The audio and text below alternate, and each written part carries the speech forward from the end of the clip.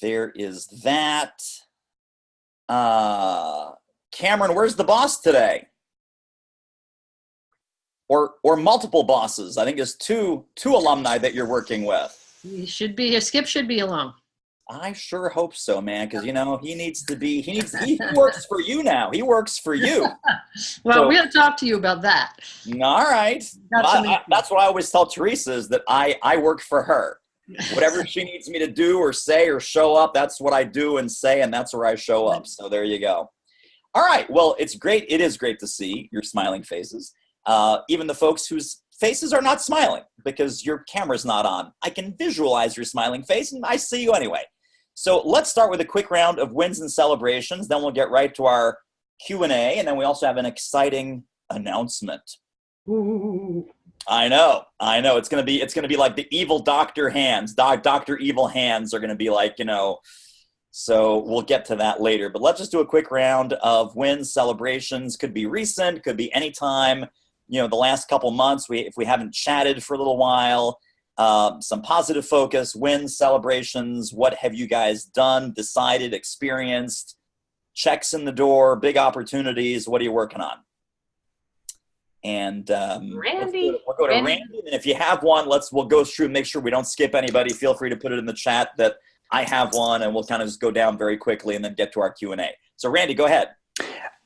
Teresa, you and I chatted a couple of weeks ago, and that was really beneficial for me because it helped me define some things because I was really struggling a little bit with whether or not the message that I was, and the title of my presentations was resonating with people. Yep. You helped me with that, to look at this and reach out to people in a little bit of a different way, to say, non-technical presentations, ask people what they would, and that's been very beneficial for me. I'm getting some good feedback from that. I also am a member of a professional, or I was on the board of a certification board for an organization that I work with or through that employs a management company. So I reached out to him and said, hey, you probably know people who, deal with conferences, yada, yada, yada, the whole bit. So I reached out to him just to say, hey, this is what I'm doing. And, if there's anybody you could introduce me to, that would be great. He's considering me for a opportunity to speak at their gathering. They have a small gathering of 40-ish people in Chicago in November, and is going to introduce me to other association management outfits. So life's getting good. Nice. You're building out the Platinum Rolodex. Yeah, well, it's Platinum Rolodex. Yes, it's as Teresa said before, tenacity, persistence, and determination. That's right. Really, awesome. Really good. Fantastic. Kimberly says she has one, but I don't see her in front of the camera. Oh, here she is. Just in time. Okay. Just in time. Sat down just as Randy finished speaking. So, Kimberly, what are the two you'd like to share? Oh, unmute.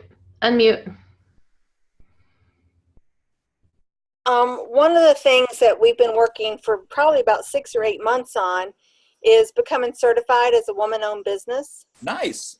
Through the, I think it's WBEN, the Women Business and Enterprise Network. And so we had our final step on Thursday with the site visit. And so they basically told me it was just a formality and that I should be hearing from them in the next couple of weeks. As a practical matter, I don't really know. I don't work with governments so far. So I don't know as a practical matter if that certification would help me or help the firm get more or different business. But I think it's it's a pretty good certification to have working with women professionals. Nice.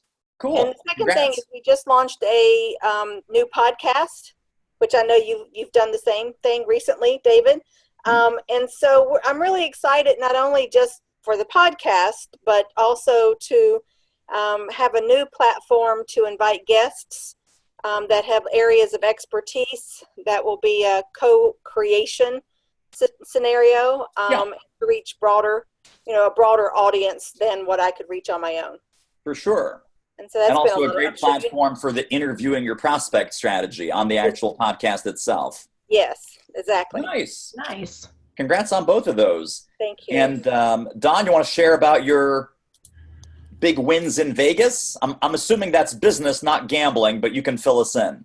Yeah, that was definitely business. I spoke at the 29th annual Global Fraud Conference, and I did a professional development leadership. It was called Presence-Driven Leadership. And if it wasn't for Teresa and you, David, I would have still been going down that career strategist route. Mm-hmm. And you guys convinced me that what I do is I position and I teach positioning and influence strategies to the people going up the leadership ladder. That was the other way of looking at this. And I can't tell you the opportunities that have opened up since I've done that rebranding. It was just it's a course change. Right. And rather than call it career strategies, it's positioning and influence strategies. And after one of my talks, I spoke 3 times over 3 days out there. And I got an invite. There was a guy who was with the largest health organization, anti-fraud health organization in the world, came up to me and said, I want to get you for our keynote next year. And I think it's going to be in Indianapolis, but we're having conversations now, and 2019 is starting to fill in, and I got a few open dates for the end of the year, but that's when my wife and I do a lot of vacationing. But anyway, nice. It was great to feel that rebranding really just kind of go out of the gates and take off. So, kudos to both of you for helping me do that brand tweak. So, and Don, I wanted to, you really can tell us what all about all the new stuff. You said in the moment, you said, I can't tell you how many new things are still in. Yeah, you really can tell us. Tell us more. And the great thing is the 2 books that I have out that were career strategy related, I am rebranding those, new covers, new direction for the presence-driven leadership approach. And I even got Amy Cuddy following me on LinkedIn. She wrote the book on presence, and so I'm taking a different direction with that. So it's all exciting. It's all very good. Yeah, that's great. Well, I think the lesson is about that little 5-10% flex, 5-10% flex in what you're saying, what you're talking about as far as outcomes, using prospect language about prospect problems, not worrying about what we have to sell or what we need to sell, and really focusing 10,000% on what they want and need to buy. As soon as we let go, and if you've been hammering the same sort of thing from all different angles, you realize, I'm hammering this thing from all different angles. Maybe the thing needs to change. The thing needs to shift a little bit to the left or a little bit to the right, or the messaging or the packaging around it, or the value prop or the outcome that you're promising. So congratulations, because some people say, oh, I have the book and I gotta shape the value prop around the book. No, change that. If that's not working and you say, I'm going to rebrand the book, I'm going to put a new cover on it, put a new title on it, I'm going to rewrite 1/3 of it, whatever it takes to serve that audience to the best and highest use, that's what we do. So, enough with the round hole and the square peg. You realize, hey, I got a square peg. Let's go make a square hole. And then you're going to start having some breakthrough success. I got some great video, too. I hired a video crew to come out there and shoot me, not shoot me, but film me when I was speaking. And I got the raw footage, and I'm actually putting together my small, 2 to 3 minute vignettes on the presence-driven leadership. And I guess hopefully I'll see you guys in Dallas in a couple of weeks. Yes. Very nice. Well done. Thank you. I apologize. Nicole jumped in first, and I didn't have the window open. I didn't have my little chat window open. So then I opened it, and I just started going down the queue, and I totally skipped over you. I am so sorry. So now, Nicole, pretend Nicole is first. This is the first success story you're all going to hear right now. Here's the first one. Let's go. I did my annual cancer fundraiser at the beginning of June on National Cancer Survivor Day. It was a huge success. And one of the pictures that I submitted to the organization will be in their upcoming edition. So I'm excited about that. And I also got a call from the University of Michigan to speak for their National Cancer Survivor Day event next June. So we're working on that. And it was just, Yeah. So that's really exciting. I also, and when I asked her how she heard about me, she said, I'm not really sure, but I went on your website, and I'm like, oh my goodness, the website is not done. She's like, but whatever you have there was enough to make me feel like you're the person that we want. But the website has been updated. I have a new landing page, and my Speaker One sheets are all done. So I'm excited to actually see those things manifest, after months of knowing what the content should be. And finally, some of the air conversations that I had in February and March of this year, I'm circling back with those people as I step out into corporate to talk to them about occupational stress and how it's impacting the economic health of their organizations. I'm following up, and things are looking good. So I'm excited.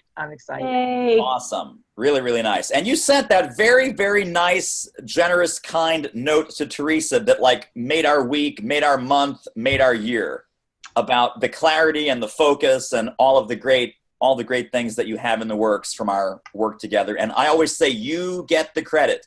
It's nice that you give us the credit, but you get the credit because you did the work. You made it happen. That's right. Yay. You drove the car. We just provided the map. Yeah, the map, a little gas, a little GPS maybe. That's our job. All right. Anyone else before we jump into Q&A? Anyone else? Stefana, Eddie, Kevin, John, Selena, Julie, Cameron, Tweed. Anybody else want to chime in with a recent win, success, celebration? Remember, it's small, medium, large, super size. There's nothing too small that's not worth celebrating. I just don't want to skip anybody again. It's bad enough when I skip someone once. I don't want to skip someone again. Not twice. Not on the same call. Exactly. Julie, the last time we spoke, you were just having win after win after win. Nothing recent? Or either that or you're being just way too humble, or you're on mute. That was Julie Holmes. No, you were racking up success story after success story. Well, I did one presentation and I had people tell me how much they loved it, and I was able to work my way into talking to just about everybody. It was conversations. That's what I meant, that you were just opening all kinds of doors. And so those doors have made me step back a little bit. And it's one of the reasons that I wanted to talk today, aside from needing to prepare for Teresa tomorrow. But it's made me step back a little bit from my verbal business card and what it is that I do. Okay. And I'm wrestling a little bit. So this is more of a question. So I'm happy to step back into the queue on questions. Okay, let's do that. So good. All right, cool. So in the pre-submitted question queue, we'll have plenty of time for other questions as they come up. Kimberly's saying, using all the templates and tools, targeting the proper decision makers, I've received very little response. So let's talk about that. Going back to what Don just experienced, I'm going to ask you a clarifying question, because this stuff really has never really worked the way that you were doing it. What have you changed in your approach or in your messaging or in the way that you're doing what you're doing? Because obviously doing the same thing that's not working and continuing to do the same thing that's not working is not a good plan. So where have you flexed and where have you modified and adapted things over time? After going through the e-course, the number one, I did two different things. Number one, I absolutely have integrated your templates into reaching out to conference planners and the decision makers of. Sure. But that's the stuff that while you were active in the program, that wasn't generating results either. So I'm wondering, from that time, what has been modified, updated, improved, or rejiggered to get into the buyers' heads the way that they want to get into? One of the things that I did before I took your course that I didn't do after the course is I've stopped sending any kind of materials when I reach out. And I have positioned myself, I think, more as a peer than I never consider myself a vendor, but using the language of, if it would be valuable to you, da-da-da-da-da. Right. I've not gotten much response. I mean, we've done a lot of research on the target people to reach out to, and I know the target audience. There's several different categories of those, and I've reached out, and I've just not gotten much response. So to answer your question, the way I reached out has changed. The way I reached out to the targets has changed from the work that we've done together to today. But even with that adjustment, I've just not gotten much response. I don't know. That's why I'm so stumped. So when you're having these conversations, a lot of this is going into a black hole, which is the last time that we checked in. Like no one's responding to anything, correct? Well, I wouldn't say no one, but it's a very low percentage. Okay.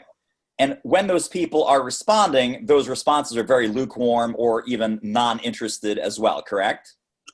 Most of them. I've had some conversations. There's a firm out that's headquartered in Palo Alto. The contact person, the director of professional development for this 1,000-attorney law firm, came out to New York for a couple of weeks. We were going to meet, and then turns out I met with her deputy. I went up to Manhattan, met with her deputy. We're having an ongoing dialogue as far as what it is that their programs are about and how we may be able to supplement some of the training programs, consulting, coaching. Mm-hmm. There's been no commitments, but we're on the radar. We're continuing to have the dialogue. So I'm going to ask you to project yourself into the buyer's head. Mm-hmm. These guys that are ignoring, they're blind to your emails, phone calls, LinkedIn, voicemails, everything. Mm-hmm. If you were to project into that buyer's mind, what do you think is not resonating with them? Why do you think this is totally not a priority, or there's no urgency, there's no desire, there's no action on their part? Why? My first response would be overwhelm. For example, what I just shared with you when I was in Manhattan, and the conversations that I've had with this one woman named Jane, they have 4 staff people in their professional development department to service 1,000 lawyers.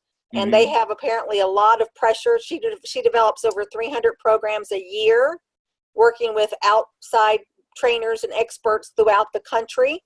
And so I do project myself thinking, how can I make this so simple for you? And I ask her, what is it that you're mostly focused on? What do you want your lawyers or whoever you're teaching to learn? How is it that I can help you make your job easier? Here's the expertise we have. You've seen that.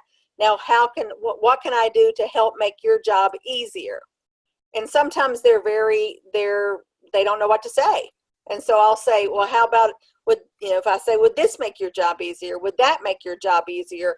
If your attorneys could do this, this, or this, would that make your job easier? So it's all focused on the prospect and what, they have shared with me their issue is.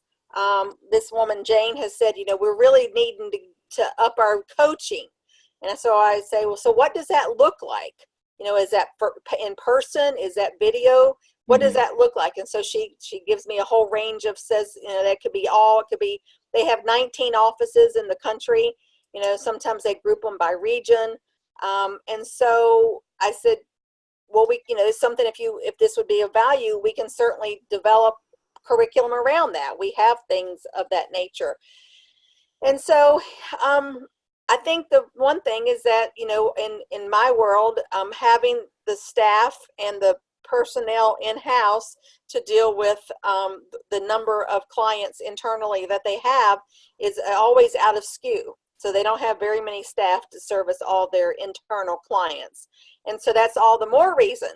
So, but that's not, you're right, exactly. That would not be a reason they're ignoring you. That's a reason that they would need you. What I'm saying is, given your current marketing, messaging, outreach, what you're saying, your level of articulation of what the outcomes are that you deliver, there's something there that's not landing. And there's something there that needs to fundamentally change if you're going to get a different response from the marketplace.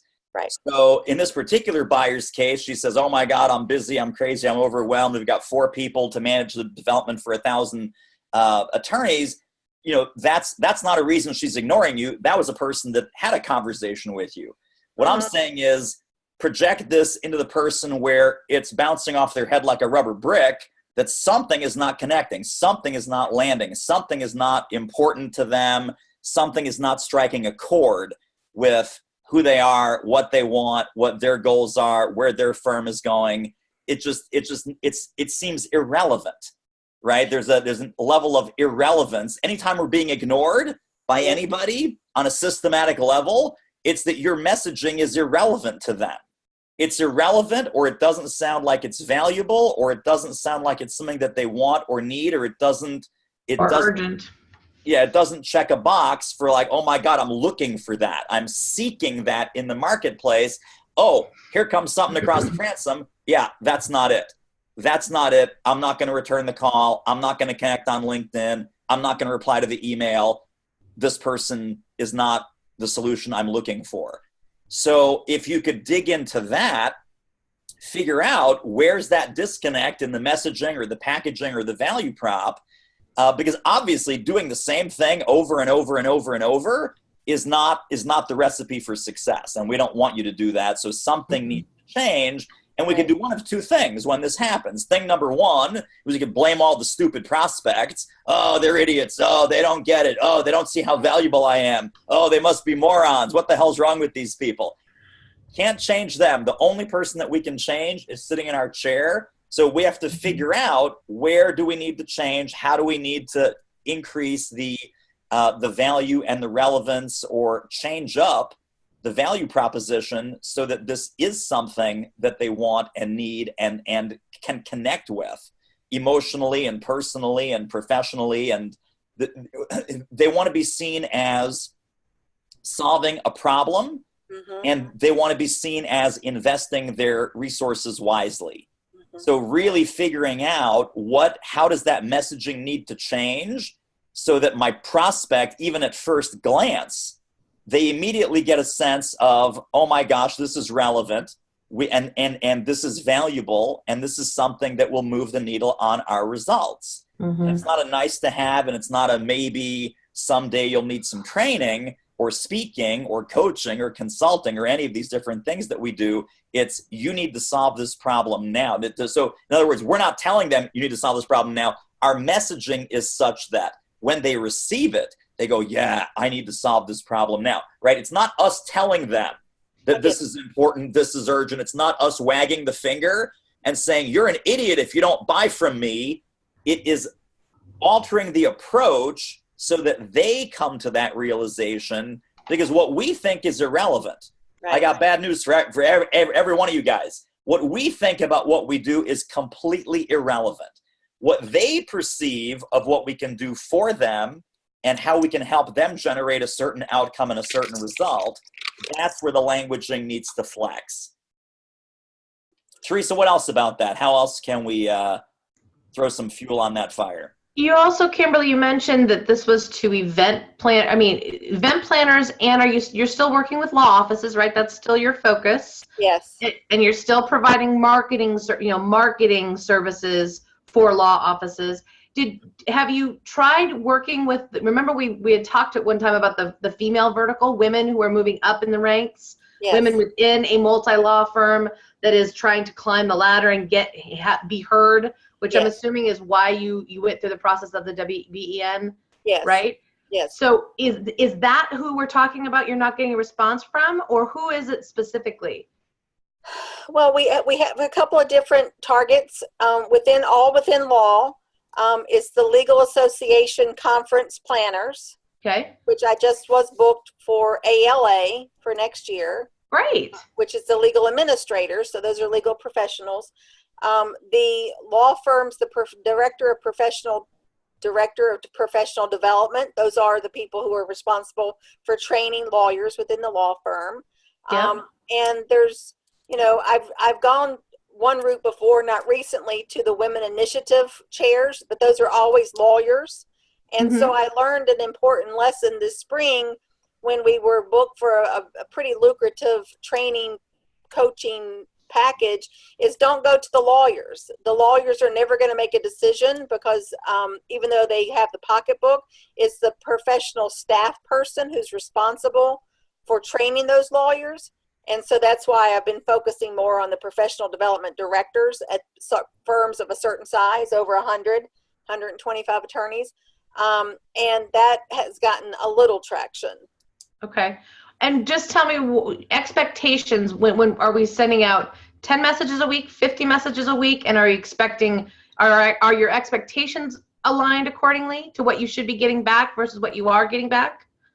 Well, I send out at least 10 to 15 new outreaches a week, and I may get 3 or 4 responses a month. And that's just I'd be happy to have a conversation with you, or this is not something we're doing right now, or I don't really work in this capacity, even though they have the job title.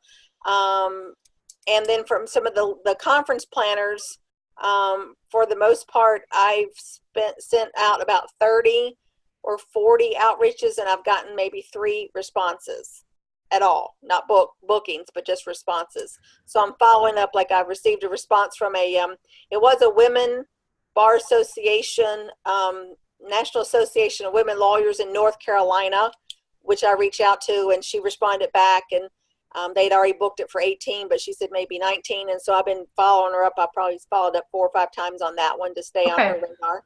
So that answered the other question I had, was this is not a one and done where we're just reaching out once and we don't get a response, or never. No, okay. I've got this whole CRM constantly reaching out. Like, your number 15 is always in my mind, where we've had our calls of, you continue. And, so always like the nice little Nat checking in and, trying to align. It's also bringing value too. So it's other people's articles. It's things that you can bring that is information in the marketplace that's new, reports that, hey, did you see the latest article in Forbes about XYZ? So anything that you can bring that's informative and helpful, not just, hey, knock, knock, knock, I want to talk to you. Hey, knock, knock, let's have a conversation, but all of that stuff. And that's one of the reasons that I formed I developed the podcast, is more and more people in my scope are saying they don't have time to read anything. So some of the things that I'm doing now, like I have a client who says, I don't read, but I'll listen to podcasts while I'm running. So in alignment with the book that I published, we're doing video blogs on the same chapters, and we're doing podcasts on those same chapters. So we're trying to cover all the different media to reach with the lessons or the information that should be useful to the different target audiences. Sure. Just shy of looking at your emails that are going out and seeing the messaging, and just, I agree, something has to change. If it's not working, it has to change. And how many different ways have you said, this is the problem I recognize you have. Don't know if you have this going on. I'd love to have a conversation. That outreach that is all about them, and no, hey, here's what I do. You've just eliminated all of that. That's what you were saying about not attaching the information. Right. Yeah.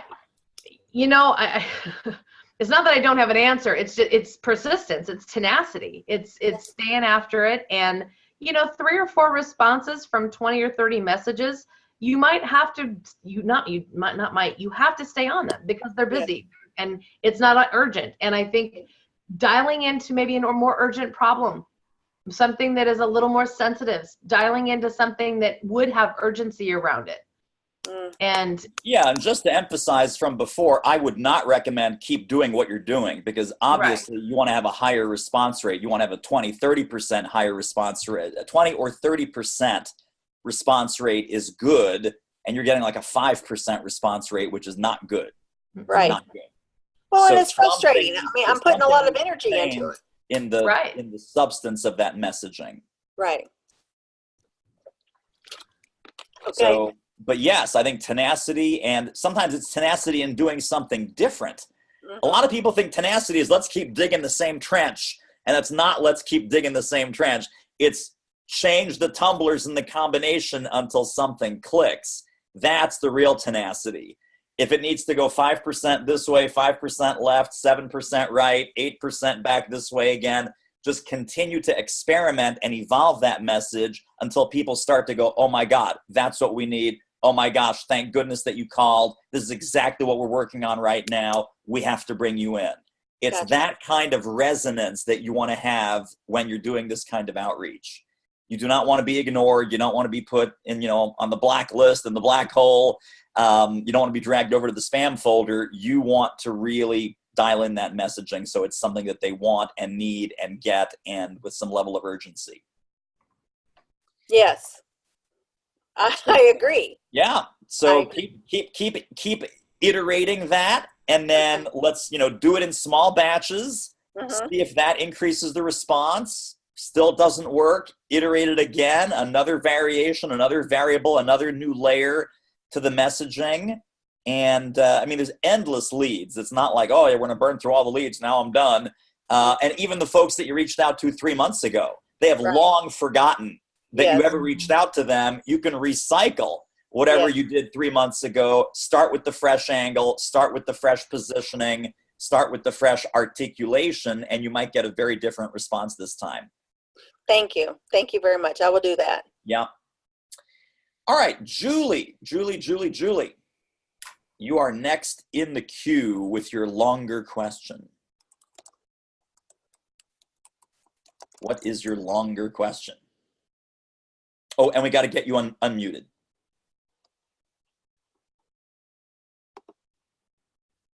Okay, I'm sorry about that little delay. Yeah, no worries. I think after I was able to do such a deep dive into the corporate culture of Baird Wealth Management Company, which is like over $1 billion company. They have more than 3,000 employees just in the US, and they have super many layers of leadership. There's the executive leadership, there's the leadership committee, there's the executive committee, there's leadership of every division. And I did end up talking to HR because HR oversees all of the leadership training. That person has a director of inclusion and diversity under them, and then there's a talent development and training person also under HR. So this is a place where HR sort of drives all the decisions that have to do with training and leadership and the inclusive culture. And my verbal business card right now, I don't think it's specific enough. And I wanted to tweak it based on what I've learned. Okay, great. And right now it says that I work with companies that want to build up their LGBT inclusion initiatives to fulfill recruiting, retention, and revenue goals, and to stay off the front page of the USA Today, which I put in parentheses. Right. But I think what I have heard back from people is that what helps them in recruiting is being one of the best companies to work for in the United States, for getting all of the high ratings they do at Glassdoor and outside, and that they do very specific LGBTQ targeted hiring practices. So they don't really need me for that. They need me for the people that are inside the company, that they want to feel comfortable enough to stay there. They want to improve their corporate culture. They want to increase the ally engagement of the straight and cisgender people who work there. Yeah. And they are very concerned. This came out in an interesting way. They're very concerned about their corporate brand, which is their image and how they're viewed.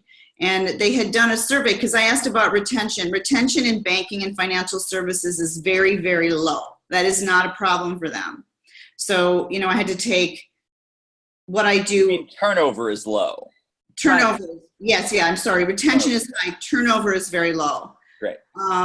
But they do not have an allyship program. And that's what I went and gave to them was, the 10 ways to become an active ally within your company. And it got everybody all excited. They don't have an allyship program. So that's what I was thinking of taking my one talk, because I am a speaker right now. I may develop that further, but right now I have this very specific niche talk that I give. And I think I could split it out into 3 ways, make one for executive leadership, because a lot of executive leadership is uncomfortable with the language. They don't know it. They're older baby boomers and they have no idea what non-binary means, and they don't want to admit that they don't know. But then they also want me to circle back around with their employee resource groups, which are the sort of not super well-funded parts of the company, of LGBTQ employees. But they also want, if I were to present that to them, they would want me to circle around and have it come through that area, because they want to build up the leadership skills of those people as well. That they should learn how to present and put a budget together and that sort of thing. Okay. So I know they want to increase ally engagement. They're very concerned about their corporate brand. They did a survey, this is what I was saying, they did a survey company-wide. Not everyone comes out at work. And this might be in certain offices over others, depending on what states. You can still be fired if you're gay. But they didn't see the leadership as particularly supportive. And the HR director, who's on the executive committee and a senior VP, she said the senior leadership of the company, the CEO and the chairman, were heartbroken, was the word that she used. So they want to keep this aspect of culture front and center 24/7. They've started viewing culture. They said they put culture on a pedestal. So I'm trying to. Let me stop you there, because there's two things. Yeah. One is good, one is not so good. One, it's good that you had such a deep dive, detailed conversation with this one buyer at this one company. That's the good part. The bad part is I would never let one very detailed conversation with one client at one company change the entire focus and direction of your business. Now, there are probably some things in that one conversation from this one person at this one company that sets some light bulbs off in your head going, wait a second, I was barking up this tree, maybe I should bark up that tree. Maybe this is not the systemic problem that all these companies have. Maybe this is the systemic problem that all these companies have. That extrapolation is good, but it's not based on any data. And it's, this reminds me, Teresa, of the person who was doing the intrapreneurship program and, was working with companies about how their employees can be much more entrepreneurially minded. And she talked to one buyer at length. And what that one buyer said is, I don't want them to act like entrepreneurs. I want them to sit down, shut up, do what they're told, and do what they're told the first time. And then I said to our client, I said, okay, that's good marketplace feedback. Do you think, based on what this guy said, is he your ideal client? And she started laughing. She said, no, not at all. I wouldn't work for that guy for a million years. I said, exactly. So why are you taking his advice on what your business should be when you just told me this guy is not your client in any way, shape, or form? Now, your situation's different. It's not this disastrous disconnect, but is the real question about what's your value prop? Is the real question about how do you frame what you do inside of a culture so that you can hit all of these points? I wouldn't say it's all about ally programs, because that would be an extreme customization, and it would be only a small subset of people in your target market that care about that. For the ones that care about it, should you lead with that? Should you ask questions about that? Is that one area you can help them with? Absolutely. Should you trash the whole rest of your value prop and say, no, this is about building a culture of allies and having people feel comfortable and safe in the workplace, no matter what their, LGBTQ++ orientation happens to be? I think it's a yes and. I think what you learned there is that it's not just about recruiting, retention, and profitability. Maybe the feeder system into that is a value prop around culture. So there's a thread in there around culture. There's a thread in there about allied programs and is it allyship? Is that the noun? I'm not sure what the noun is, but it's being an ally, right? That is, increasing that capability, right? So you put that thread into it. And so now it's, listen, if you want A, B, C, or D, right, this program will get you those outcomes. If they say, oh, I only want B and D, then we don't talk about A and C, right? So someone says, oh, this is, Julie, we're really excited about A and C. You focus the entire conversation on letter A and letter C. B and D are in your toolkit. They don't care about that. They don't want to hear about it. Fantastic. You don't mention it. So it's got some specificity, and inside that specificity, you can flex to which aspect of this is the most important to them. I wouldn't throw out anything, and I wouldn't add anything to your value prop. This is a selective conversational skill that you are developing, right? So in any given prospect conversation, by you asking the right kinds of questions, uncovering what they really need, peeling back the onion, you're going to start to flex that conversation and tailor it to exactly what they said they want. So if they say giraffes and oranges and 17, you are not talking about elephants, bananas, and 23. You're talking about the three things that they want to talk about. Does that make sense? It does. And I think also too, just revisit the expectation of the verbal business card doing all the heavy lifting. Remember, that's an introductory statement to give them a taste, to give them a feel maybe of what you're about to talk about or what line of questioning, or make sure you're talking to the right person. It's just that intro. And just to David's point, you can be very selective with that based on who you're speaking to. Who in the company are you having a conversation with right now?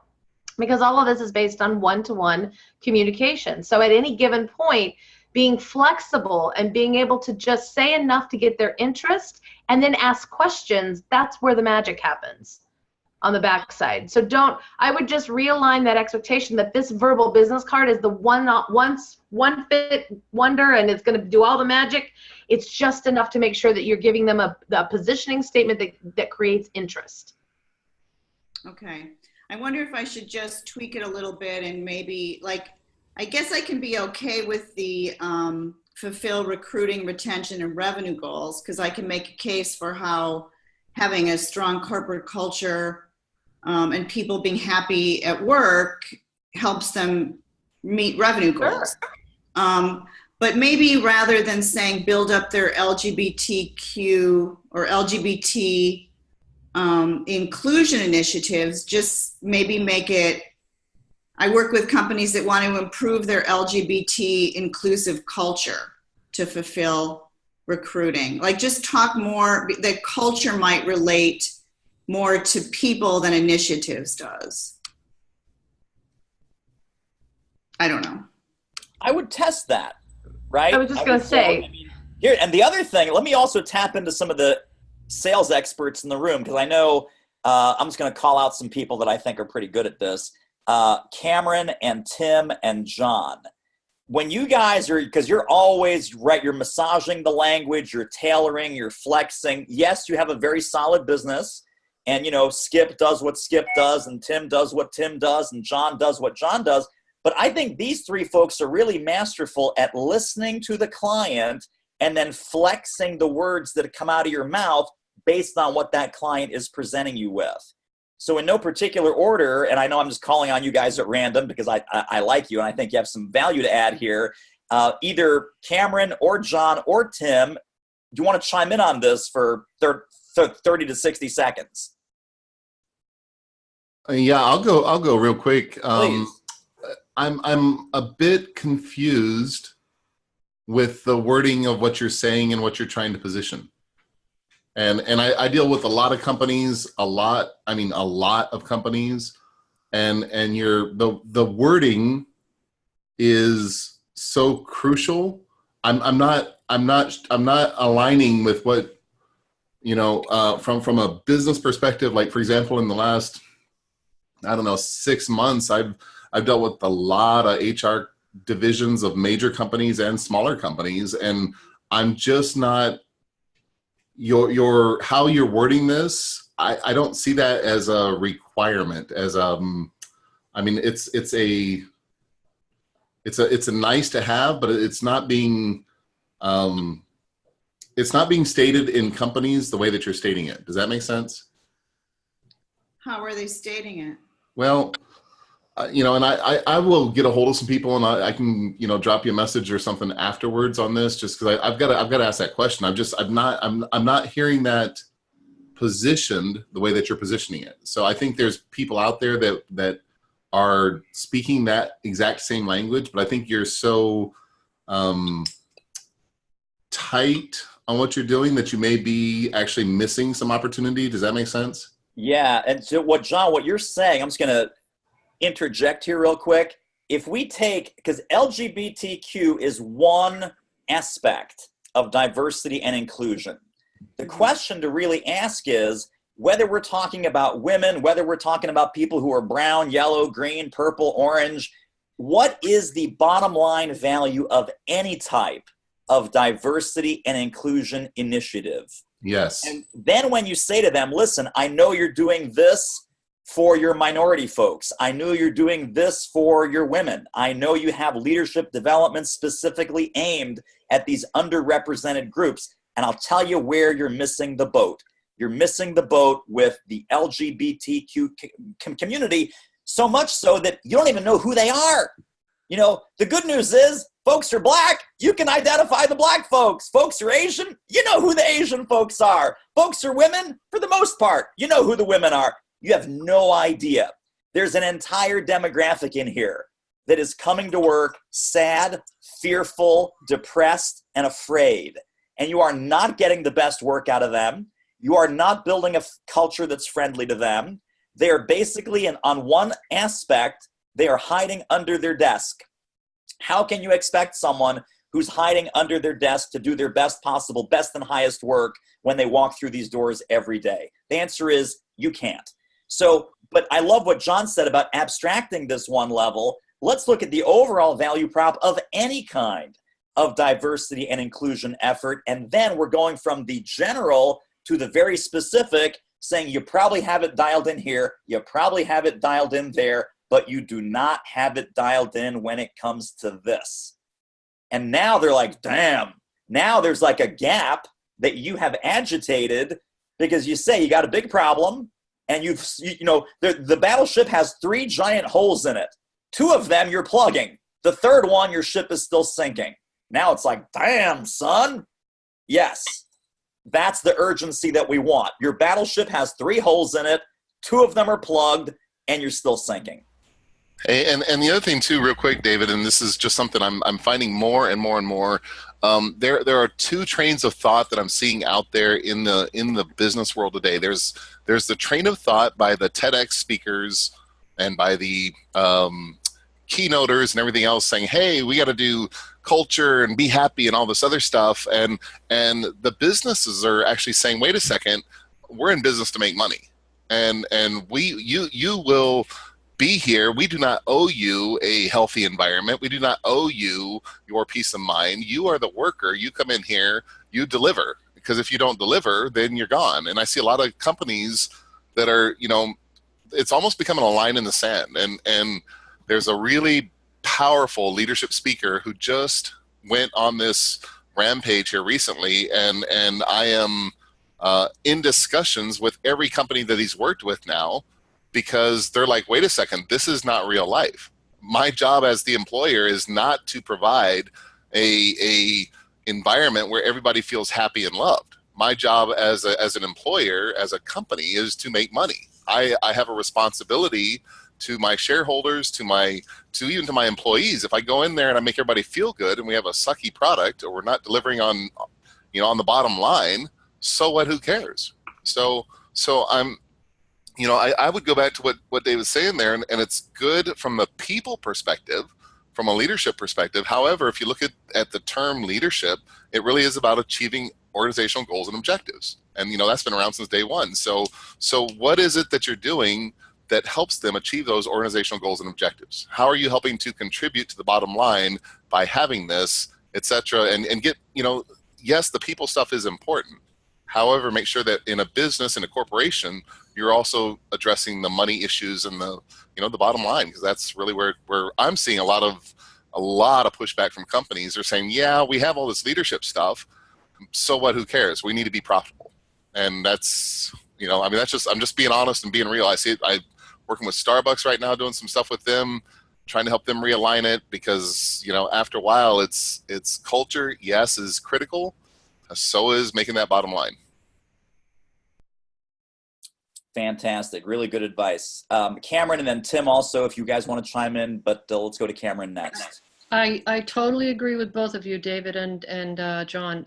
John touched on some good, sensitive points, I think, about, you know, the difference between culture and making money and the different objectives of business today.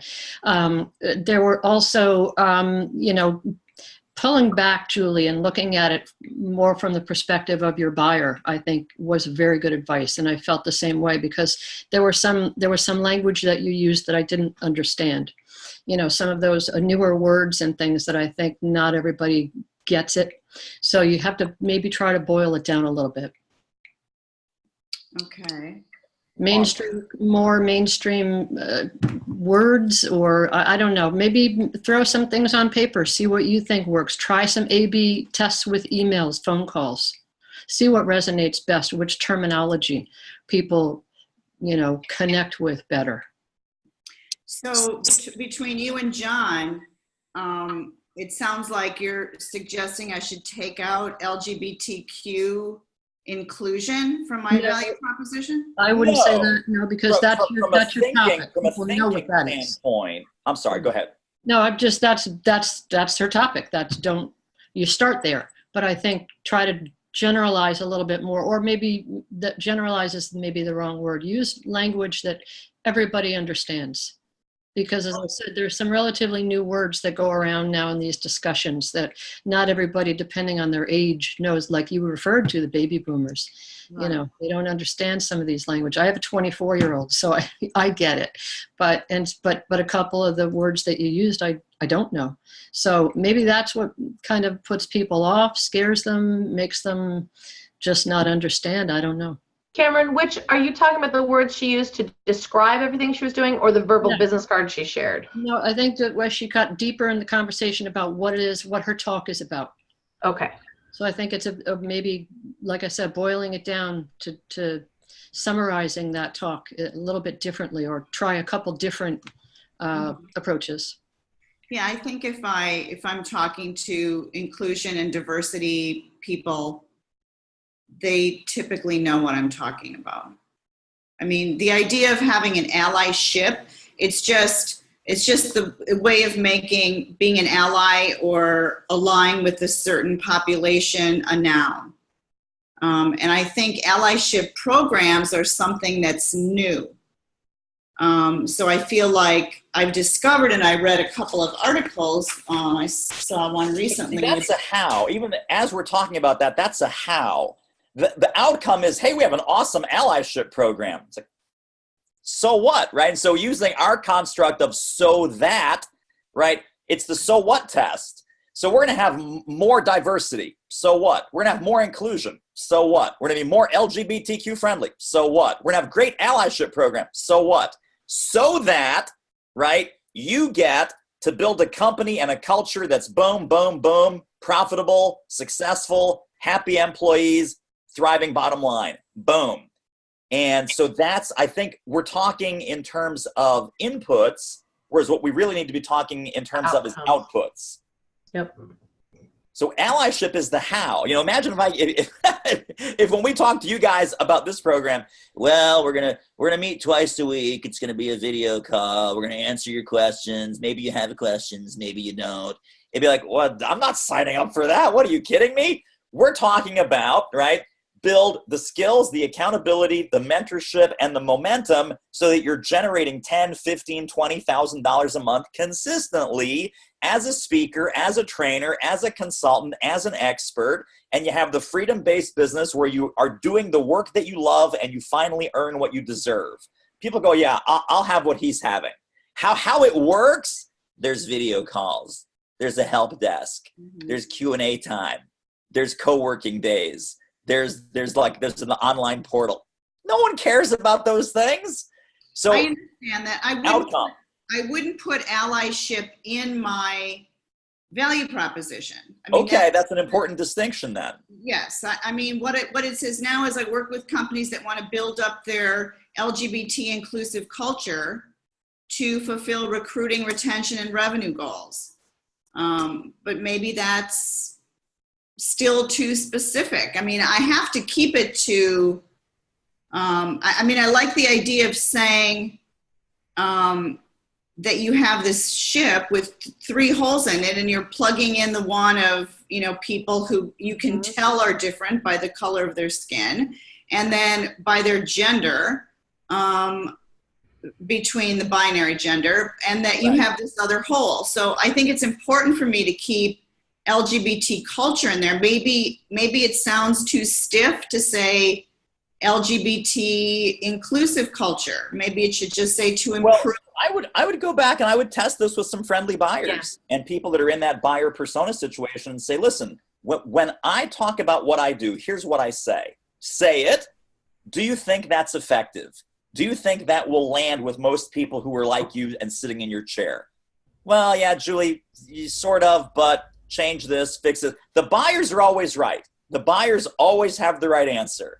Because what lands with them lands, and what doesn't, no matter how important we think it is, oh, yeah, they don't want that. They don't need that. That's not their word. That's not their language. That doesn't resonate. Then we change it up. Yeah, and the best vote they have is with their paycheck. I mean, they can tell you one thing, but if you're not getting booked or hired, I mean, if they can say what they want all day long. So to just kind of chime in on some best practices that I've come across, I think, I mean, it's if we go back to fundamentals, David, I agree with you. John, I agree with you. Cameron, I agree with you. We've got to talk about language that everybody understands. Language that our buyers understand. Julie, you have acknowledged this is buyer language. So that's fine. Maybe switching, so the formula that I like for the verbal business card is I help this group of people to do this outcome via this unique method.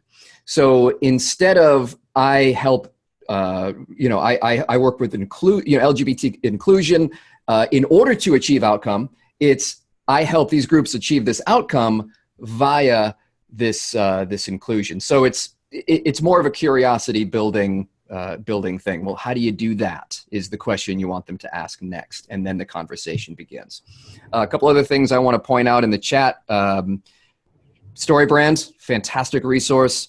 And then the 4 arrows that David teaches. See, nothing sells better, nothing grabs attention better than pain points.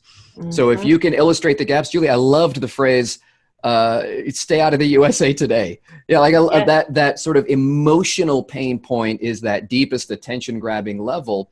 And it's not this is what it is, but this is the pain it helps you to avoid. So maybe those 4 arrows that David teaches can help people to visualize that gap and experience that pain point. And where have I seen those 4 arrows? Have I? I'm not sure. It's in David. You probably could answer that question better than me. It's module 4. Okay. Did we take that out, David? Did we take the 4 arrows out? Because I think we took that out a while back and Julie might be in the group that we don't have it in there. We had a lot of delays because it just wasn't applying to everybody. So I'll get you, Julie. I have a copy of it. Okay. We'll send it to you, and I'll work it out with you. So, and who is that was just talking to me with the Tim David. I'm sorry? Tim David. Oh, Tim David. Hi, Tim. Thanks. Okay. So Tim's suggestion is to say, instead of I work with companies that want to do this, I help companies fulfill recruiting, retention, and revenue goals by I help companies helping them build inclusive. But you're also I also think the pain gain flip that David teaches would be appropriate here too. So and David, you can explain that. If you'd like, it's basically just instead of saying this is module 1, right? Yeah, I mean so it's or talk about Don't talk about what outcomes you create. Talk about what pains and problems you solve in that restorative language. So, you know, if it hurts, right, it's like, okay, there's a pain, problem, headache, challenge, gap. When this thing is missing, right, you are going to install something in their company, in their culture, that restores that back where it needs to be, or bigger, better than ever. And it's a very subtle shift linguistically, but a very powerful switch psychologically. So instead of I help you to achieve this, I help people struggling with this. I help people struggling with retention. I help people frustrated with retention issues via this unique avenue that you may not even have known is going to solve this problem. I mean, you might have been trying X, Y, Z over here, but this is what I have found solves this problem over here. And, you know, that's something that I use everywhere. I mean, that's like the formula that I found works. Yeah, I'm the one who's struggling now, because there are lots of studies that show that people will not want to patronize companies or buy products for companies that aren't inclusive with this population. And a big study just came out last week from the HRC that people are saying, look, if you're not an LGBT inclusive company, I'm not going to buy your products and I'm not going to want to shop there. But is that what you're helping to solve, or is it more about creating that culture of like internally versus externally, customer facing, more employee facing? That's a great distinction. Yes. Right. And it is that I'm trying to help them create that culture so that their brand image, I am trying to help them with their image, so that they are seen as a company that is supporting and, it's corporate social responsibility. And while those things aren't necessarily tied directly to a bottom line, it's not necessarily, it's not like a screw up sales manager who doesn't know how to train people properly to talk about their product. It's more about how are we viewed as a company, and what impact, long-term impact, is that going to have on our brand? It's tough. Is that an extra benefit, or is that the main benefit, the core of what you're trying to help them do? The core of what I'm trying to help them do is retain employees, have those employees be, as David said, not sad, depressed, and always looking for another job because it's not an inclusive company. Retention is a huge problem. People are frustrated by retention, and I would say, again, I don't know every customer's mindset for sure, but if you had to put those on a scale and pick one, be it retention or improve your brand for inclusive, conscious customers, I feel like the retention would tip the pain scale much more than the I'm losing out on the socially conscious demographic that is only patronizing LGBTQ inclusive organizations. So it's fine. And you definitely want to, this is classic features benefit stuff. You definitely want to talk about the benefits of what you bring to the table. But like David said earlier, if they're interested in this, retention and this, then you're not talking about brand awareness and customer facing stuff. You have both of those in the toolbox. You're kind of leading the conversation with the one that's most likely to get, like Don said in the comments, to get people to say, how do you do that? Tell me more. Right.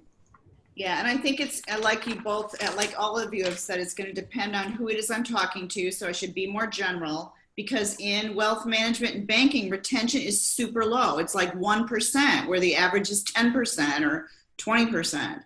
And then there are companies that really want that high rating. They like, it's ego. A lot of it is ego. They want to be at the top of the Fortune 100 best companies to work for list 20 years in a row. And the way I love David. I don't know if this is advice I got from you in one of your programs, but you said find those lists go to number 2 and say, why aren't you number 1? I think that's brilliant. So those are the conversations you'll have with those people, and that's specific outreach. That's one-to-one. You'll be able to research those organizations and know that that's a hot button for them. But like you said, general outreach, I think you cast not necessarily the widest net, because, as they say, riches and niches, and you got to be specific to be terrific, said Zig Ziglar. But the one that's going to allow you to have the highest chance of success. And, and that's going to be market research on your part, trial and error and testing and all these different things. But as a best practices, it's pain, gain, flip, focus on retention. It's a huge issue in so many different industries. The phrase turnover is expensive it pushes the pain button for a lot of people. So I think that's an obvious starting point, at least, an obvious throw that and see what sticks to the wall. Okay. Thank you, everybody. Sorry yes. to take so much Thank time. you, everyone. I knew I could tap into these geniuses in here. So thanks for the backup, guys. Appreciate it. Not a one of us is as smart as all of us, bottom line. Right. So Nicole had a question about bureaus. I'm going to answer it for everybody in a much deeper way than I can right here.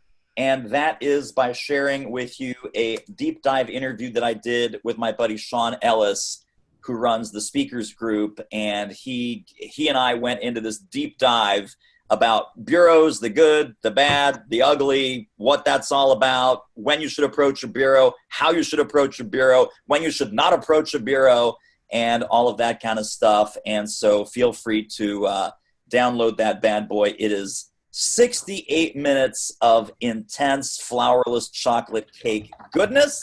If you have questions about that after listening to it, we're happy to address those in the Momentum Facebook group, and we can get your specific stuff. But that's a much deeper, bigger, broader answer than I could possibly give you. Welcome, everybody. This is David Newton. There he is. He's yakking already. He's yakking already, this guy. I'm going to introduce my very special guest, Sean Ellis from the Speakers Group and Succeed Speaking and blah, blah, blah, blah, blah, blah, blah. Okay, so that's that. Randy's gone, and that leaves Stefana as our closer. Okay.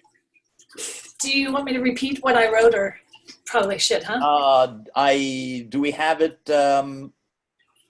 Morgan, you want to pop it in the chat real quick? I know we're skipping around here. Teresa, I've switched into Transform and Heal Leaders. That's my platform. Okay.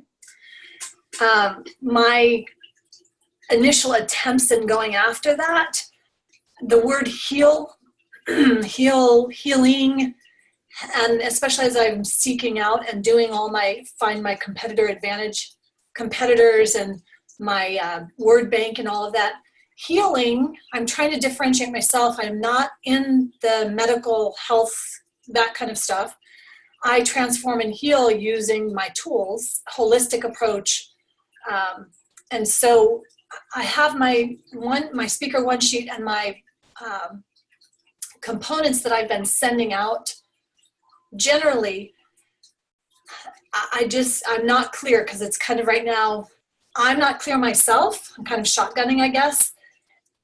I'm getting response back, but I'm kind of not in the thinking that I'm where I should be. Like for meth addicts and people who are addicted to, like, there's an opiate epidemic right now, and there's a lot of leaders and CEOs who are addicted to drugs and opiates. And do I do that? Do I help them? Like, well, okay, so I don't do that. And I need to differentiate because I've gotten 3 calls on something on meth addicts, and it's a big epidemic, and I had no idea about this. So I need to position myself correctly, and I'm not doing it. And I don't know exactly what my next step should be to do that. Yeah. So 2 steps, and it's going to sound like incredibly obvious advice, but there's still 2 steps. One is decide what problems you actually solve, and then step 2 is how do you articulate that in prospect-centric language. So if you when you say, I'm not sure what value I'm offering, I'm not really buying that. I think you are very clear on the value that you're offering. Yes. But the question is, so transform and heal, I don't think is cutting it. Okay. Transform from what to what, and heal is totally sending them down the wrong path, because now they think you're like a drug rehab speaker. And we've had a very good drug rehab speaker in here, by the way, and you should probably connect with him and have some good referrals going back and forth. So is it about, what's it really about? If you were having coffee with your best friend and they say, well, Stefano, what are you up to these days? Plain English, not fancy consultant speaker talk, just plain English. What do you do and who do you do it for?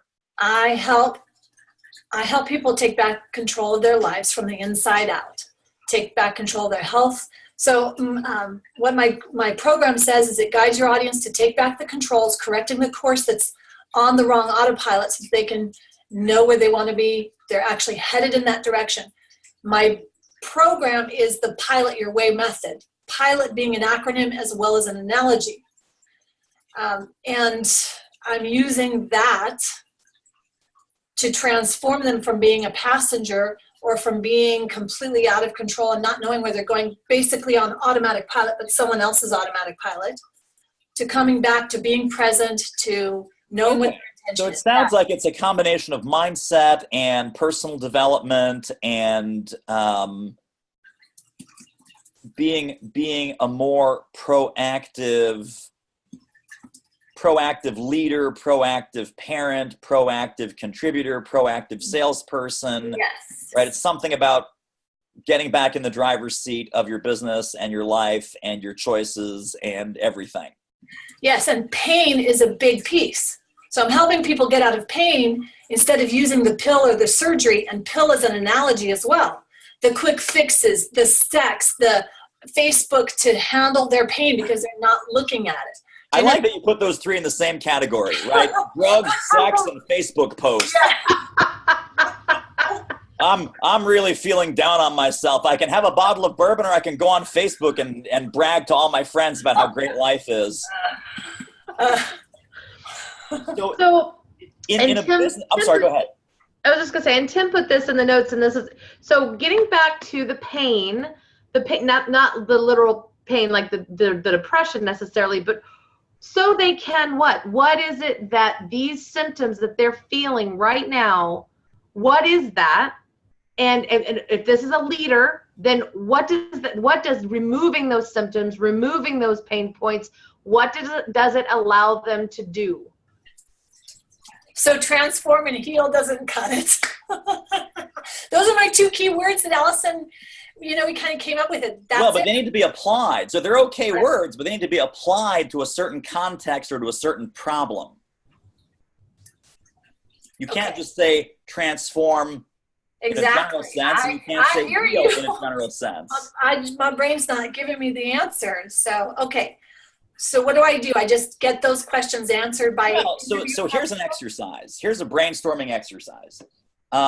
Take a piece of paper and write a line down the middle of the piece of paper. At the top of that piece of paper, put the word transform.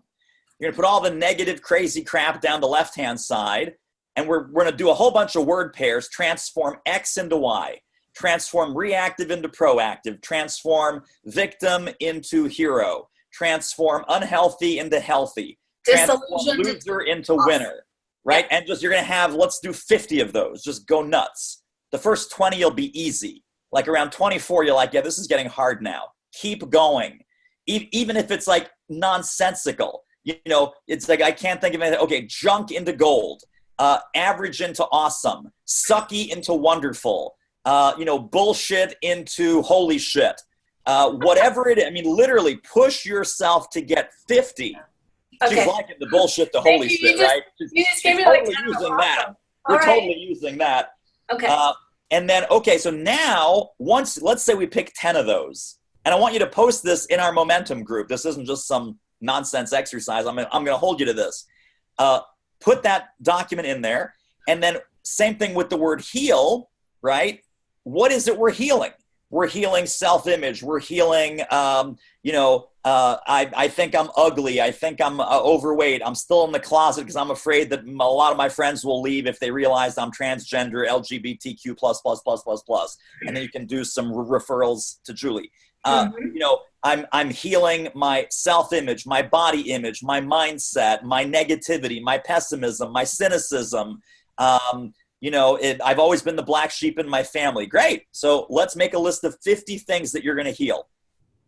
Out of those, let's pick the top 10 that are the most important, the most urgent, and the most relevant for a specific target market. So now you've got 10 very specific things that you transform average into awesome, bullshit into holy shit, you know, this is terrible to this is awesome, whatever, right? 10 transformations, and you've got 10 very specific things that you're going to heal.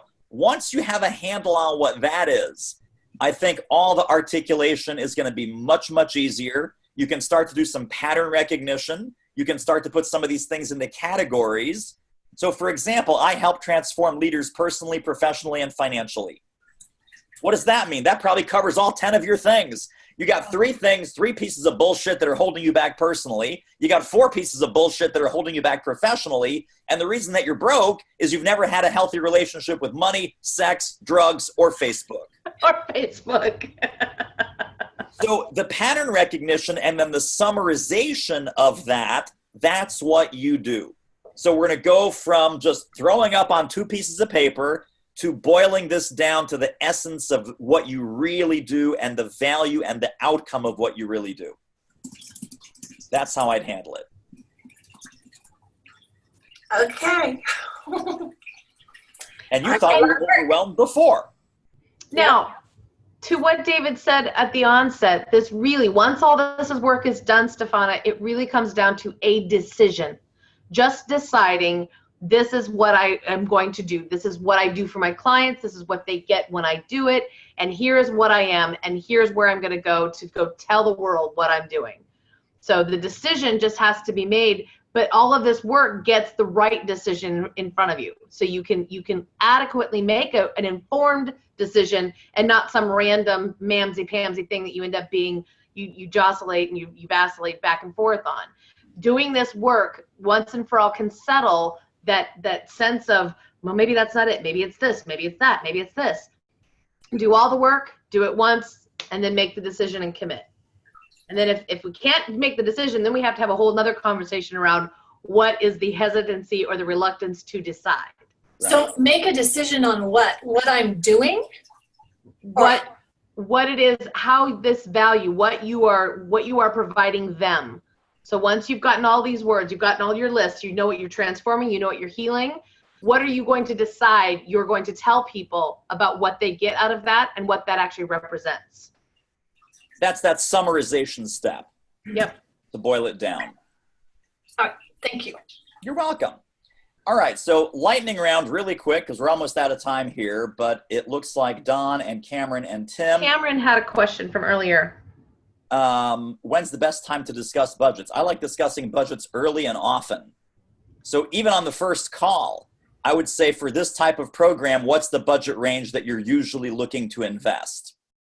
So there's a couple things about that language that are very important. One is that there's a range. 2 is that you're not an idiot and neither are they, that of course you're usually going to pay for this, right? This is not like, oh, this is all going to be free. Right. And then invest, right? You don't say, what's your budget?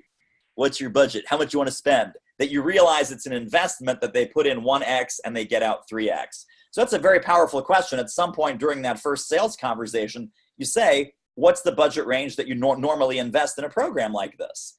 You're doing your annual retreat, you're doing your big conference, you've got your keynote speaker for your association, you got your team building event once a year in Austin, Texas. What's the fee range that you normally invest in a program like the one we're talking about? What you don't want to have is 7 really fantastic conversations with somebody. At conversation number 7, they go, oh, no, we weren't going to pay you. Right, right. A lot of times what we'll do, and we're working with the association, so we can check the website on last year's annual conference and we'll see what kind of speakers they had. And Right. you know, we pre-qualify based on that for the most part. You know, so I haven't gotten into budget discussions up front very often at all. And there have only been a couple of times where they said, oh, we don't have a budget, or, oh, we have $1,000, you know, some garbage like that. But, you know, it's not often, but I just wondered what was the best time, especially since, like, as I said, we pre-qualify based on last year, the year before. If you're doing some intelligent research ahead of time, I still like doing it early, just so even those $1,000 or low fee kind of things, you kind of filter those out early if you can. Right. Oh, that's good advice. Yep. I always like talking about budget early and often. Sure. And just quick, you know, back to Kimberly, I came in with a lot of the same concerns that, you know, Skip and I have been at this for several months now. Very consistent methodology using the Pipedrive program, which I loved. Great way to schedule our daily outreach. And, you know, I do outreach all week long. We've developed a lot of good relationships, a lot of good connections, a lot of dates on the calendar for, okay, you've selected for this fall. When can I call you for the spring? A lot of dates on the calendar. A lot of things going on. Skip's being actively considered and for several, you know, big events right now. But we just haven't gotten a whole lot of engagements, you know, and I don't know. I mean, we've talked with Teresa. She says we're doing everything right. I learned a few things today, you know, switching things up, which I have been doing, switching things up, you know, never kept on the same, you know, hamster wheel. So I just wanted to thank you for that, because I did get some new points today that I think we'll try. And just being clear, these are association gigs that are coming up on the calendar and these long-term things, because with a company, if you're solving a problem for a company and they need you next week or next month, they're going to bring you in next week or next month. Like, there's no event, there's no calendar, there's no slot. There's a problem to solve. And they say, can Skip be here in 2 weeks? Like, yeah, Skip can be there in 2 weeks. So are you also prospecting into some company? And I think that's what we need to do next. We've been sticking with some different associations, different industries. Yeah. So we get different types of responses based on you know, their industry. But now, David, we definitely need to do that to get into companies. It's the same process. It is. Yeah. So. Yeah. Okay. And that's going to help, because, you know, you're playing the long game and the short game at the same time. Sure. Right? Yes. So making money in October, November, and December of this year, that's nice. And we plant the seeds for that now in July and so forth. But we want to put food on the table this month, next month, and everything up until September, October, November, December. Absolutely. So maybe that's why, you know, with these super long sales cycles, that's the answer to get into the companies who are planning now. Right. You want to have some things that are going to pop in the next 4 weeks. You want to have some things that'll be this quarter. And then you want to have some things that are into late this year, early next year. Right. Right. Good. Thank you. Nice. And then Don's question about eSpeakers versus Speaker Match, they're kind of two different things, as you probably know, right? Speaker Match is that kind of matching marketplace for speaking leads. And eSpeakers is a marketing platform that some bureaus use, and the National Speakers Association speaker database is built on eSpeakers, and that's more of a sort of hybrid database management and an external marketing platform. If you buy their super duper add-ons for doing the email blast, the bureau blast, the regional, you know, hey, I'm going to be in Boston. Who else has a gig in Boston? There's all kinds of extra add-ons you can do with eSpeakers, but they're really different. So eSpeakers is kind of a, you know, one of your digital home bases in addition to your website. And Speaker Match is more of like a speed dating service. Most of the Speaker Match stuff, I mean, we've talked about this before with a handful of people, is low fee, no fee. It might be an occasional $5,000, $7,000 gig, but that's like a purple cow.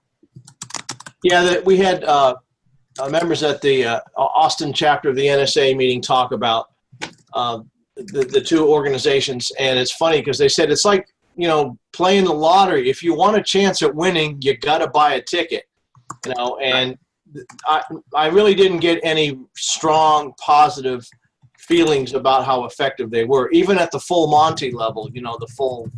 Totally agree. One of the first things that I used to do when I had a lot of one-on-one clients is they said, oh, I'm paying $450 a month for eSpeakers. I said, okay, you can stop that now. because it wasn't, obviously they've been paying that for months and months and months. And I said, well, what results have you gotten? Oh, not much. How are you using it? Oh, I'm not really using it. How many gigs have you gotten? I haven't got any gigs. Great. That's three answers, 3 questions to turn it off. Yeah. And then, do more proactive, laser focused marketing and not just whatever happens to pop up on your e-speakers. And then last but not least, Tim David, Mr. Magic Words himself. How can I answer your question?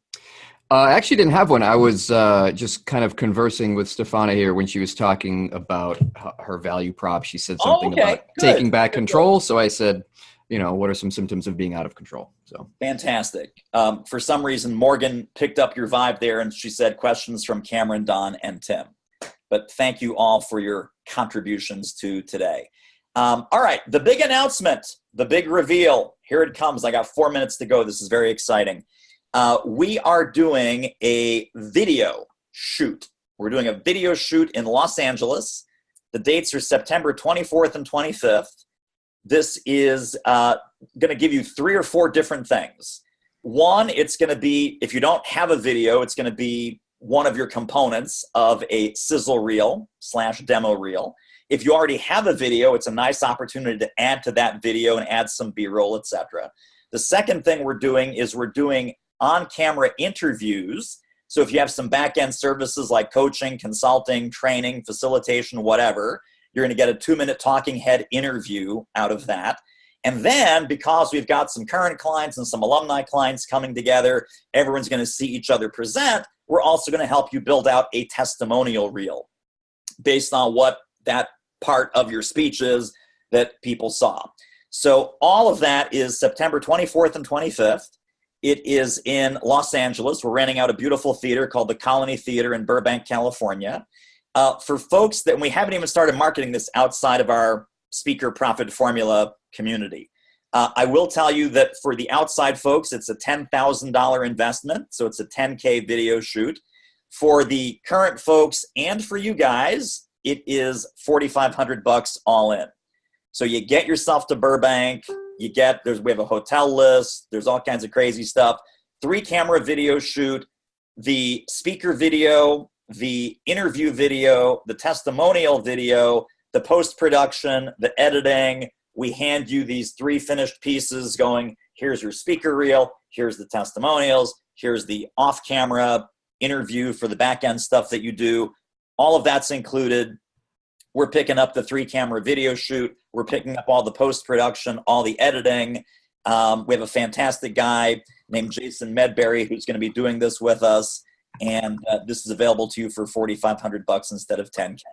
So if you want to do that, follow up with me, follow up with Teresa. We'll also pop some information into the Facebook group. But we're just super excited because a lot of people, the final piece or the missing piece for them is either updated video or awesome video or interview video or testimonial video. Even if you have the sizzle reel going, which some people do and some people don't, these other pieces can really seal the deal for you. So all for less than the cost of 1 gig. It's kind of crazy. 1 gig. And by the way, no one here is selling gigs for less than $4,500. So I know for a fact that it's less than the cost of 1 gig. So there you go. And we'll post some info on that in the Facebook group. Anything else? Questions about that or any closing comments about our time today? Just to thank you, David, for putting this stuff on and for committing to us, and sometimes more than we even commit to ourselves. So very insightful. Yes, I definitely appreciate the consistency and the follow up and all the support you've given. I just posted in the group. I just booked a gig from some of the stuff you teach. An email just came through, so I just confirmed a gig from your stuff. So thanks for that. Very nice. 9K. For 9K, two video shoots. Who are you giving 2 video shoots. Right. And it's for this month. Like, it's just kind of a last minute deal, so not bad. There you go. So there's the lesson for Cameron, right? And is that an association or is that a company? This is a corporation. Okay. So object lesson right then and there. The quick money is with the corporate side, and the long play is association. So last quick thing.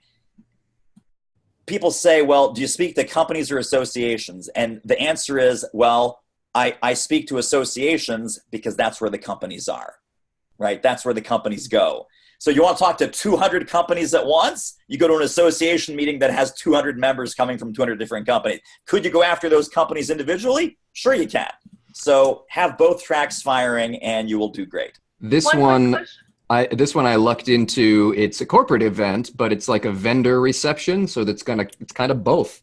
There's going to be 500 different companies represented there. Nice. So. That's Quick like question for you, Tim. From beginning to close, about how long did it take you to find, land, and now close this? All right. So I have a bureau that does a lot of the outreach. So I get notified pretty late in the process when there's interest. This one was a lead that I sent directly to them, and it's based off of your replication strategy, David. So it's sort of it wasn't a 0 to 60. It was sort of a 50 to 60, if that makes sense. Okay. There was already some traction. There's already some relationship there. Sure. It was replication versus cold outreach. So I don't know if that's still relevant, but I can check. It all counts. It does. It all counts in the month. 12 days ago for me. The lead was sent 12 days ago, but it was already again some stuff in the pipeline there. So. Right. Gotcha. Cameron, did you have something real quick? I was just typing it. Quick question. Where is the best place, and you might have probably covered this in the modules, where is the best place to find the companies? Just go onto their websites, or is there a better way? So we do talk about that in the modules, and that's what Tim was referring to earlier, is that you look at all of the big companies in your industry, right? So if you were going general corporate, Fortune 100 best places to work, okay. Black Enterprise best places for minority executives, Working Mother magazine best 100 workplaces for women, because it's those, especially with your message for Skip, championship company, championship team, you want to go to the best. You want to go to the best because those people are going to resonate right away with that championship message. You don't want to go to the slackers and the goofballs and the local yokels that have their heads up their butts. You want to go to the A players who want to get ahead, stay ahead, and always be top of the pack. Good point. Okay, thank you. I have my lead sources. I don't know how you feel about this, David, but I like to sort of, piggyback off of other speakers. So I will find, I learned this from Sean Ellis. He said, find a speaker who is comparable to you, but different. And very rarely speakers come back twice in a row. For sure. It happens, but it's not like you're stealing people's clients. What you're doing is you're using other speakers' client lists. You're using Google alerts maybe for other speakers' names to find out where they are speaking. And that way, the company that you're approaching does events, hires speakers, and hires speakers at the rate that you want to be hired at. So it's a very sort of efficient way to sort of pre-qual. Totally. And we talk about this in the training, actually, two ways. One is, and the way that I put the quotes around, is you're looking for pattern recognition, right? It's a pattern recognition strategy when you're looking at who's getting hired and who's on whose client list. And then more importantly, what you can do if you're friendly with some of these folks, or as you get friendly with some of these folks, have them in your referral network. So this is that concept of the before, with, and after referral posse that you can develop. So if there's 2 or 3 or 4 speakers that, it always makes sense to have Corey Perlman followed by Jeff Ram, followed by Jay Baer, followed by me, right? Which it always makes sense because I'm the best out of those 4 guys, right? I'm going to have explicit relationships with those guys saying, hey, when I'm done with the American Payroll Association, I'm going to refer you. And when you're done with the American Plumbers Association, you're going to refer me. And I just teed you up for these 2 gigs over here in Kansas City. And Corey just teed up Jeff for these other gigs that he just finished working on. So it just becomes another entire marketing campaign where you guys are marketing for and with each other. And that is very, very, very powerful. And your meeting planner loves that. You say, as soon as you get off stage, you say, hey, can we just chat in the hallway for 10 minutes because I got some great people to connect you with for next year. I know it's not going to be me because I'm not going to come back here next year. You can't hire me twice. But would it be valuable if I gave you 3 awesome people that will help you out for your 2019, 2020, and 2021 conferences? Oh, my God, yes, that would be great. It absolutely is a benefit for them. You're not selling, you're not pitching it. They genuinely, like, I started doing that only after people started asking me specifically, like, you know, we need to beat this next year. Oh my gosh, where do we begin? This was amazing. How are we do you have anybody? You know, so that's kind of an easy win right there. For sure. Very nice. Great strategies, everybody. And we'll also do more of these calls. I know we kind of fell off the wagon and we let more time go by between our momentum calls, and we are going to recommit to a more regular schedule. So I even asked Morgan this morning that once we create this regular schedule, to post the next couple of calls in advance so you can mark it in your calendar, and if you're available. And I hope you're not.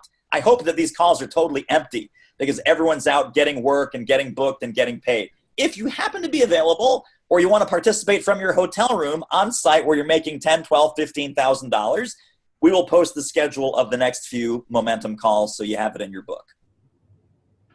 Okay. All right. Thank you, everybody. Good work, guys. Keep doing the work. See you soon. See you. Bye-bye. Bye.